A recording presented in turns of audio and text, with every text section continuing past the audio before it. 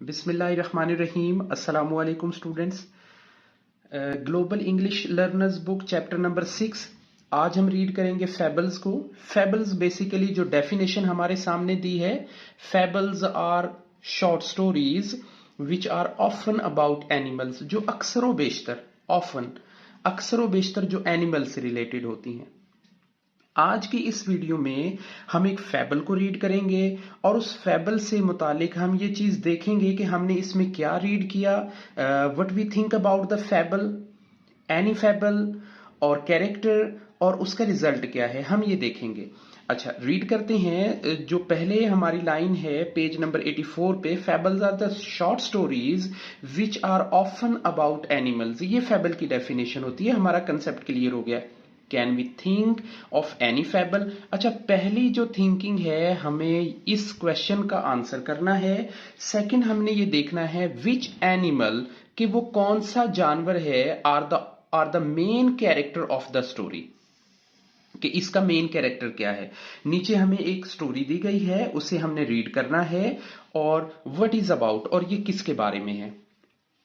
अच्छा, अब हमने ये स्टोरी को रीड करना है, और रीड करने के बाद जो हमारी रीडिंग स्ट्रेटजी होगी उसमें हमें देखें अपने से हमें कुछ क्वेश्चंस को आंसर करना है, इंफॉर्मेशन, स्पेसिफिक इंफॉर्मेशन को कलेक्ट करना है। इसमें से हम पहले टेक्स्ट को रीड कर लेते हैं। Look at the picture and write 3 questions about information you hope to find, कि हम उम्मीद करते हैं कि हमें ये इंफॉर्मेशन जो हम रीड करेंगे यहां से, हमारे ये जो 3 क्वेश्चंस है, कौन से 3 क्वेश्चंस हैं, can we think about any fable, animal, character, main story और अबाउट इट के बारे में, जो हमारे 3 क्वेश्चंस हैं उनके हम आंसर देने हमारे लिए इजी हो जाएंगे। वन समर्स डे, एक मौसम गर्मा में, a happy grass Hooper, grass Hooper वो जो छोटा ग्रास के ऊपर जो ग्रास खाने वाला एक छोटा सा होता है ना, जो हमने रीड किया था अपनी साइंस के अंदर, जो हमारे फूड चेन के अंदर भी हमने उसे रीड किया कि एक ग्रास होती है, ग्रास ऊपर होता है, फ्रॉग होता है, वो जो हमने किया था ग्रास ऊपर। और यहां पे हमारी एक ड्राइंग भी बनाई हुई है जिसके अंदर इसमें हमें दिखाया गया है। ग्रास ऊपर वो डांसिंग, वो इंजॉय कर रहा था, सिंगिंग, वो गा रहा था, एंड प्लेइंग हिज वायलिन, और अपना जो वायलिन है जो उसके पास, जिससे वो साउंड निकालते हैं ना, जैसे वो ग्रास ऊपर साउंड निकालते रहते हैं, कुछ चिरिपिंग करते रहते हैं, तो वो उनकी जो साउंड है वो अपना violin.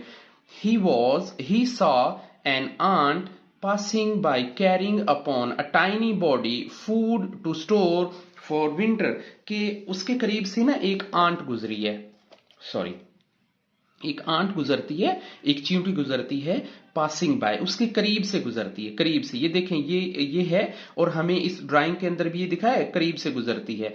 To carrying upon his tiny body food to store for the winter, के अपनी सर्दियों के लिए वो खुराक लेके जा रही होती है, वो वहां से गुजरती है। Come and sing with me instead of working so hard, ये मुश्किल काम छोड़ के मेरे साथ आओ और गाना गाते हैं।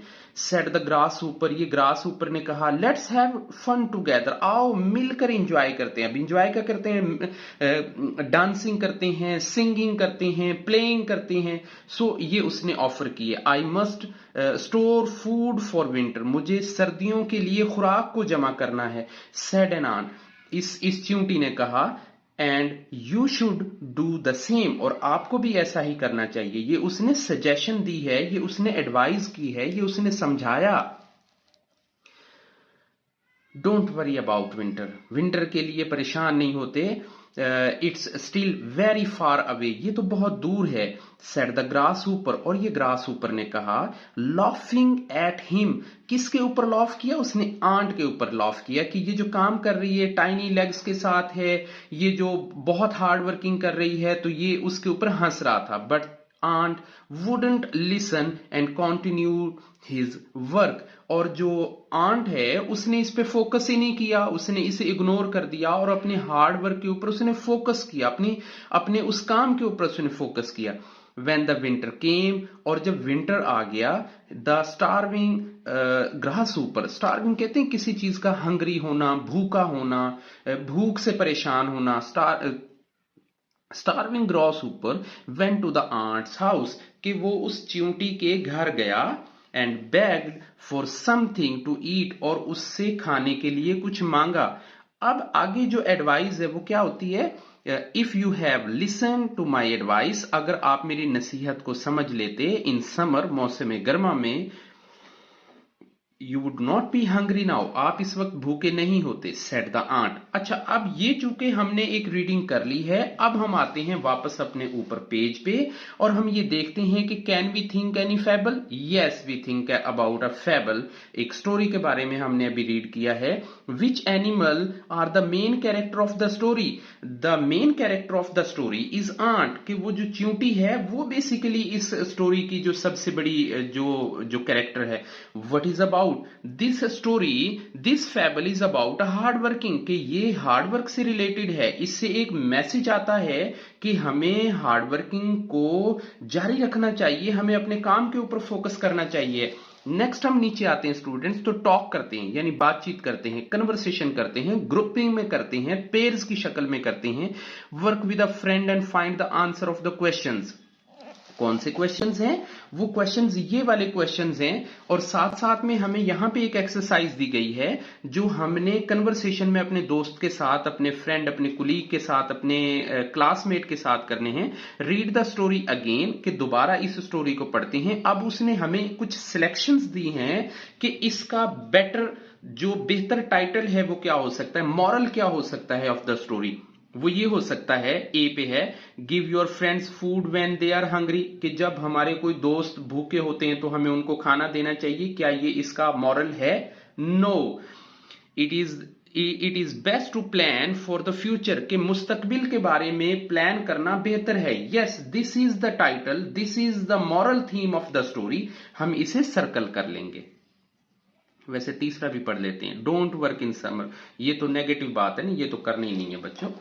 अच्छा, नेक्स्ट हम पेज नंबर जाते हैं 85 पे। तो लिसन, यहाँ पे बेसिकली हमारे सामने 33 नंबर ट्रैक जो आपको मिला है इस बुक की सीडी के साथ मिला है।